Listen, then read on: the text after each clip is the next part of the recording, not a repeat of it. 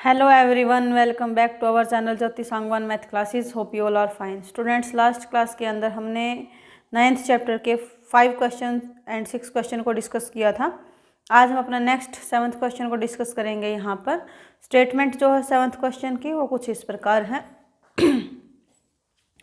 From a point on the ground, the angle of elevations of the bottom and top of a transmission tower fixed at the top of a 20-meter high building are 45 degree and 60 degree respectively. Find the height of the tower. यानी कि क्या है कि कोई भी एक point है, from A point on the ground. For example हमने मान लिया कि कोई भी ग्राउंड में कहाँ पर है, ये हमारा कोई भी एक पॉइंट है ग्राउंड पे। The angle of elevations of the bottom and top of a transmission tower fixed at the top of 20-meter high building. अब इस पॉइंट से क्या है कि एंगल ऑफ एलिवेशंस दे रखे हैं 2, बट कैसे दे रखे हैं कि कोई भी एक ट्रांसमिशन टावर है जो सेटअप किया गया है कहाँ पर, 20 मीटर हाई बिल्डिंग के ऊपर, है ना। तो मान के चलो कि अपनी ये कोई भी एक बिल्डिंग थी जिसकी हाइट कितनी है, 20 मीटर की। ठीक है, 20 मीटर क्या है, हाइट है किसकी, बिल्डिंग की। तो ग्राउंड है, इसको हम क्या करेंगे, अपना ज्वाइन कर लेंगे ऐसे। तो ये जो पॉइंट है यहाँ से हमने एंगल ऑफ एलिवेशन बनाया है। एंगल ऑफ एलिवेशन हमेशा ऊपर की तरफ देखते हैं तभी बनता है। तो अब इसने 2 दिए हैं। कैसे दिए हैं कि ये जो बिल्डिंग है ना, इसके ऊपर एक ट्रांसमिशन टावर सेटअप किया गया है। ऐसे मान के चलो कि ये अपना क्या है, ट्रांसमिशन टावर।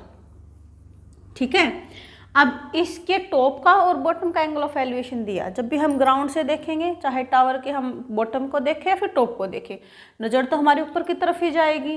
तो जब भी हम ऊपर की तरफ देखेंगे तो क्या होगा, एंगल ऑफ एलिवेशन होगा। तो इस पॉइंट से इसने क्या किया कि जो बॉटम पे बनेगा और जो टॉप पे बनेगा, हमें वो एंगल ऑफ एलिवेशंस दे रखे हैं, रेस्पेक्टिवली डाल के दे रखा है सीधा सीधा, तो कंफ्यूज भी नहीं होना है। जो बॉटम के साथ बनेगा 45 डिग्री बनेगा और जो टॉप के साथ बनेगा 60 डिग्री बनेगा। ठीक है। Find the height of the tower. तो हमें जो हाइट है ना टावर की, यानी कि ये जो हाइट है, we have to find this. ये यहाँ से यहाँ तक की हाइट हमें क्या करनी है, फाइंड आउट करनी है। ठीक है, और नीचे की जो बिल्डिंग है इसकी हमें हाइट खुद से इसने दे ही रखी है। तो थोड़ा सा ध्यान से देखो, पहले तो इसकी नेमिंग डालेंगे A, B, C और ये बॉटम पे डाल दिया D। ठीक है, अब देखो ध्यान से कि अगर हम सिर्फ इस ट्राइंगल को लेके चलें, है ना, तो हमें हाइट का भी पता है और एंगल का भी पता है ना। तो वहाँ से हम एक चीज़ निकाल पाएंगे, किसको, बेस को या फिर हाइपोटेनस को, एज योर चॉइस, जो हमें रिक्वायरमेंट होगी उस चीज़ की। तो इसके लिए पहले हम क्या करेंगे, अपना लिखेंगे क्या, पंडित बद्री प्रसाद हर हर बोले। अब हम सबको पता है ये किसको रिप्रेजेंट करता है, साइन एंगल को, यानी कि साइन थीटा के साथ, this one for cos theta and this is for tan theta. ठीक है, अब यहाँ से हमारा फोकस रहेगा CD को निकालने के लिए, ये निकालना है हमें, जबकि हमें इसका कुछ पोर्शन 20 मीटर का पता है। बट इसका पता लगाने के लिए हमें कम से कम बेस या फिर हाइपोटेनस एक चीज़ का तो पता हो, तभी तो हम बोल पाएंगे कि इसको हम कैसे निकालेंगे ना, क्या होगा, ये क्या रिजल्ट आएगा इसका। तो उसके लिए हम पहले क्या करेंगे, देखो अब बिल्डिंग है तो सीधी सी बात है कि बिल्कुल स्ट्रेट खड़ी हुई होगी। तो एंगल कितना रहा होगा यहाँ पर, 90 डिग्री रहा होगा, है ना। अब चाहे कोई भी ट्राइंगल है, चाहे ABC है या फिर ABD है, और छोटे वाले ट्राइंगल है या फिर बड़ी ट्राइंगल है, दोनों में ही AB क्या है, हमारा सेम है बिल्कुल, दोनों में कहीं पर कम ज़्यादा नहीं होता है ये। तो अगर हम इसको निकाल पाएंगे और एंगल हमारे पास है ही ऑलरेडी गिवन में, तो हम क्या है, परपेंडिकुलर वगैरह नहीं निकाल सकते, इजीली निकाल सकते हैं ना। तो हाइपोटेनस तो निकालने की हमें नीड ही नहीं है। क्यों, क्योंकि इसकी नीड तब होती हमें अगर ये हमारे पास नहीं गिवन होता, बेस वगैरह कुछ अलग सी चीज़ें हमें दे रखी होती तब, बट हमें इसकी नीड नहीं है। हम क्या करेंगे, हमें फोकस रखना है CD पर। तो हम क्या करेंगे, AB की वैल्यू को निकाल लेंगे, AB का पता लग जाएगा, यानी कि बेस का पता लग जाएगा, जो दोनों जगह पर सेम है बिल्कुल, है ना, ABD में और ABC में भी। तो यहाँ पर जो जो चीज़ें हमारे पास गिवन है उसको राइट डाउन करेंगे पहले। ठीक है, तो क्या है, BD हमें दे रखा कितना, 20 मीटर दे रखा है, और जो एंगल ए है ना, ये देखो दोनों जगह पर ए ही है, एंगल है दोनों ट्रायंगल में, तो इसको लिखेंगे कैसे, एक बार छोटी ट्रायंगल के लिए लिखेंगे तो एंगल बी ए डी, या फिर डी ए बी, ए को बीच में रखना है, चाहे आप बी ए डी रीड करो या फिर एंगल डी ए बी करो, इट डजेंट मैटर, ठीक है। तो ये हमारा क्या है, angle B A D 45 degree है, और कंप्लीट जो 60 का एंगल है वो कहाँ पर है, बड़े वाले ट्रायंगल के अंदर, ए बी सी ट्रायंगल के अंदर। तो इसको हम क्या करेंगे, बी ए सी राइट करेंगे, एंगल बी ए सी कितना होगा, 60 डिग्री होगा। अब हमें निकालना क्या है, टू फाइंड सी डी, बस हमें क्या निकालना है, सी डी को निकालना है। तो क्या करेंगे, पहले हम इन triangle A B D A B D, अब देखो ये क्या काम करेगा ए बी डी में, सिर्फ इस ट्रायंगल के अंदर बी डी क्या है, परपेंडिकुलर का काम करने लग रहा है, और हम निकाल किसको रहे हैं, बेस को निकाल रहे हैं। तो परपेंडिकुलर और बेस का जो कॉम्बिनेशन है वो कहाँ पर है, टेन थीटा के साथ है, परपेंडिकुलर और बेस का कहाँ है, टेन थीटा के साथ है, और थीटा क्या है इस ट्रायंगल के अंदर, 45 डिग्री है। तो क्या लगाएंगे हम, टेन थीटा यानी कि टेन 45 डिग्री, थीटा इस जगह पर क्या आ गया, 45 आ गया है। परपेंडिकुलर यानी कि क्या होगा, बी डी बाय बेस कितना है, ए बी, कितना है, ए बी है। अब टेन 45 कितना होता है, 1 होता है, बी डी हमारे पास कितना गिवन है, 20 मीटर है, और ए बी इसको एज इट इज रखेंगे। तो क्रॉस मल्टीप्लाई करेंगे क्योंकि हमें ए बी की नीड है, तो क्रॉस मल्टीप्लाई किया हमने, ठीक है। क्रॉस मल्टीप्लाई करेंगे तो ए बी कितना आ जाएगा, 20 मीटर आ जाएगा, ठीक है। यानी कि ये जो बेस है ना, ये भी कितना है हमारा, 20 मीटर ही है, ठीक है। अब हमें देखो बेस का पता लग गया ना, और ये बड़े ट्रायंगल के अंदर एक साइड का काम कर रहा है बेस ए बी, इसके अंदर हमें एंगल का भी पता है, यानी कि इस ट्रायंगल का हमारा जो मेन काम था वो हमारा हो गया है। बस अब हमें क्या निकालना है, सी डी को निकालना है। तो हम क्या लिखेंगे, देखो अब यहाँ पर भी एक चीज़ का ध्यान रखना, ये क्या परपेंडिकुलर ही है, तो परपेंडिकुलर और बेस फिर से क्या कॉम्बिनेशन है, 10 के साथ ही है। So in triangle A B C 10 60 degree हो जाएगा, क्योंकि अब एंगल क्या है, 60 डिग्री है ना, इस ट्रायंगल के अंदर एंगल क्या है, ए पे है कितना, 60 डिग्री है। अब परपेंडिकुलर बाय क्या करेंगे, बेस करेंगे, तो परपेंडिकुलर क्या हो गया, बी सी हो गया, डिवाइड में क्या हो गया, ए बी हो गया, ठीक है। अब 10 60 डिग्री की वैल्यू हमारी क्या होती है, √3 होती है, B C as it is रहेगा, ए बी की वैल्यू कितनी निकाल ली थी, अभी निकाल ली थी कितनी, 20 मीटर, तो ये हो गया अपना 20 मीटर। तो यहाँ से हम बी सी की वैल्यू निकाल लेंगे, तो जो 20 मीटर एक्स्ट्रा है ना, इसको हम क्या करेंगे, अदर साइड शिफ्ट करेंगे, तो ये हो जाएगा 20 की मल्टीप्लाई √3 के साथ, यानी 20 √3 मीटर इज इक्वल्स टू क्या हो गया, बी सी। अब ये तो बी सी की वैल्यू आई ना, यहाँ से यहाँ तक की आई, बट हमें निकालनी किसकी, ओनली सी डी की निकालनी है। तो क्या होगा, रिक्वायर्ड रिजल्ट अपना जो रिक्वायर्ड रिजल्ट है, जो कि क्या है अपना, हाइट ऑफ ए टावर क्या है, सी डी है, वो कैसे निकलेगा, देखो बी सी की वैल्यू हमें पता है, और यहाँ नीचे तक का पोर्शन भी हमें पता है, तो बी सी में से अगर हम बी डी को माइनस करेंगे तो क्या मिल जाएगा, सी डी मिल जाएगा।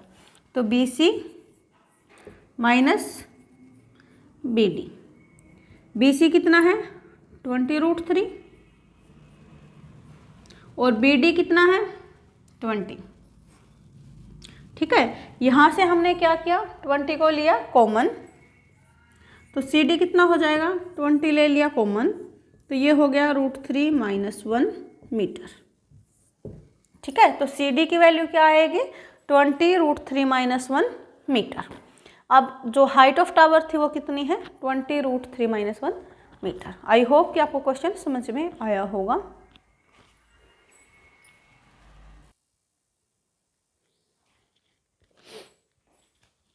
And next question is, a statue 1.6 meter tall, stands on the top of a pedestal. From a point on the ground, the angle of elevation of the top of statue is 60 degree.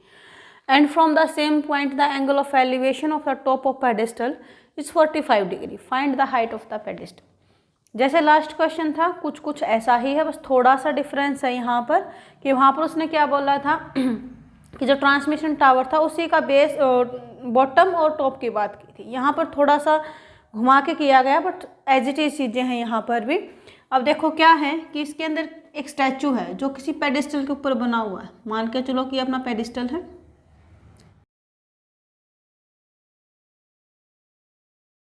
Statue की जो height है वो कितनी है 1.6 metre. ठीक है, अब यहाँ से इसने क्या किया कि ये अपनी एक ग्राउंड है, ठीक है, यहाँ से कोई भी एक पॉइंट उठाया, मान के चलो कि हमने ये पॉइंट उठाया, ऐसे बोला ना from A point on the ground, कि ग्राउंड है उसके ऊपर मान के चलो हमने ये पॉइंट लिया है। The angle of elevation of the top of statute 60 degree. Statue का टॉप कहाँ पर है, ये रहा। एंगल ऑफ एलिवेशन है यानी कि नीचे से ऊपर की तरफ गए हैं हम, ये हो गया हमारा एंगल ऑफ एलिवेशन, कितना है 60 डिग्री है। ठीक है, अब इसने क्या बोला है from the same point the angle of elevation of the top of pedestal is 45 degree. Top of pedestal, pedestal का टॉप क्या होगा, ये होगा। जैसे लास्ट में था ना कि जो ट्रांसमिशन टावर था उसका क्या थी, बॉटम थी यही, तो ऐसे ही इसमें क्या है हमारा टॉप पे यही है पेडेस्टल का। तो ये टॉप के साथ जो एंगल ऑफ एलिवेशन दिया गया है ये कितना दिया गया है 45 डिग्री। बन गया ना बिल्कुल एज इट इज जैसे लास्ट क्वेश्चन था। अब हमें क्या करना है, find the height of pedestal. Pedestal की हाइट निकालनी है, ये निकालनी है यहाँ से। लास्ट में क्या था, ये हाइट हमें दे रखी थी, ये निकालनी थी, अब रिवर्स कर दिया, ये दे दी और ये निकलवा ली हमसे। तो क्या करेंगे, नेमिंग डालेंगे। ठीक है, नेम डाल दिया हमने इसका। उसके बाद हम क्या करेंगे, अपना फिर से लिखेंगे, पंडित बद्री प्रसाद हर हर बोले। ठीक है, अब देखो यहाँ से हम क्या करेंगे, देखो हमने निकालना क्या है, एडी को निकालना है। बस हमारे पास गिवन क्या है, एंगल है, और ये बस सी डी की हमें लेंथ दे रखी है 1.6 मीटर, तो इसी को अप्लाई करेंगे। अब वो जैसे लास्ट क्वेश्चन के अंदर हमने किया था ना कि ए बी क्या था, दोनों जगह पर सेम था, तो हमने क्या की थी, ए बी की वैल्यू को फाइंड आउट कर लिया था, यानी कि बेस का पता लगा लिया था। तो क्वेश्चन हमारा इजीली वहाँ से सॉल्व हो गया था। तो सेम स्टेप्स हम यहाँ पर फॉलो करेंगे। ये यहाँ पर किस चीज़ का जिक्र होगा, हाइट का है, यानी कि परपेंडिकुलर का जिक्र रहेगा। ग्राउंड है यानी कि ये क्या रहा होगा, बेस रहा होगा। तो क्या लगेगा, पी और बी का रिलेशन, क्योंकि परपेंडिकुलर और बेस तो यहीं पर है। ये किसको रेफरेंस देता है, टेंजेंट थीटा को, है ना। तो जब हम ट्राइंगल में बात करेंगे ए बी डी के अंदर, तो एंगल कौन सा है हमारा 45 डिग्री है।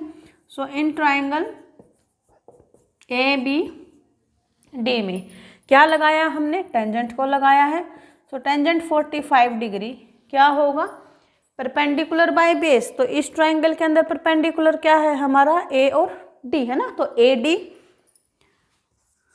Bye A B.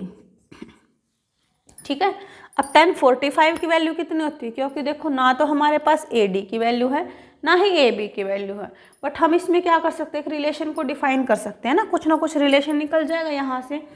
तो tan 45 कितना होता है, 1 होता है A D by A B.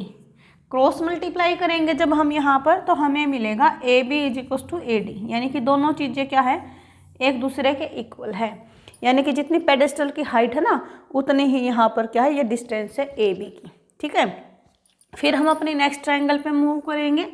ये ट्राइंगल कौन सी होगी, इन ट्राइंगल ए बी सी में फिर से क्या लगाएंगे, tan 60 डिग्री लगेगा। अब क्यों, क्योंकि अब एंगल क्या हो गया हमारा 60 डिग्री हो गया है।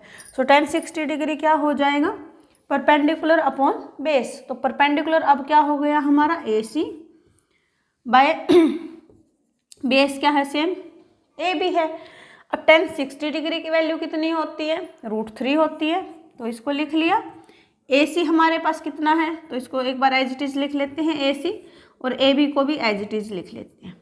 ठीक है, अब यहाँ से देखो क्रॉस मल्टीप्लाई करेंगे तो ये मिलेगा हमें √3 AB is equals to AC, इतना मिलेगा।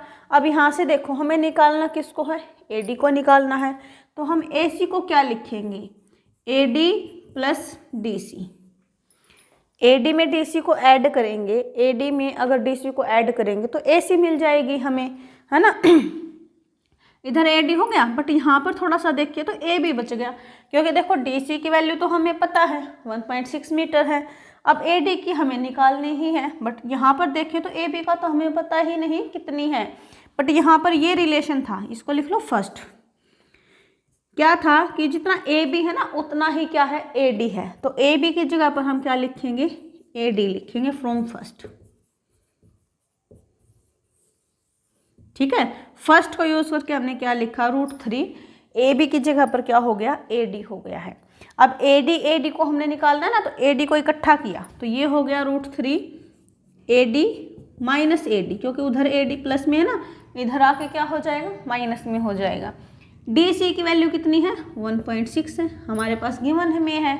अब यहाँ से AD को कॉमन निकालना तो क्या हो गया, √3 - 1 इज इक्वल्स टू 1.6, बट हमें तो AD अकेला लेके आना है ना, तो √3 - 1 क्या है, एक्स्ट्रा है, उधर शिफ्ट करेंगे, इधर मल्टीप्लाई में है तो उधर जाके हो जाएगा डिवाइड में। तो ये क्या हो जाएगा, AD is equals to 1.6, AD is equals to 1.6 divide किया हमने √3 - 1 के साथ। बट यहाँ पर फिर से वही कॉन्सेप्ट आ गया है कि डिनोमिनेटर के अंदर हम क्या करेंगे, स्क्वायर रूट की वैल्यू को नहीं रखेंगे। उसके लिए क्या करते हैं, हम रैशनलाइजेशन करते हैं ना। तो रैशनलाइजेशन किसके साथ किया हमने, डिनोमिनेटर का किया ना, तो डिनोमिनेटर के साथ। तो इसको हम क्या करेंगे फिर,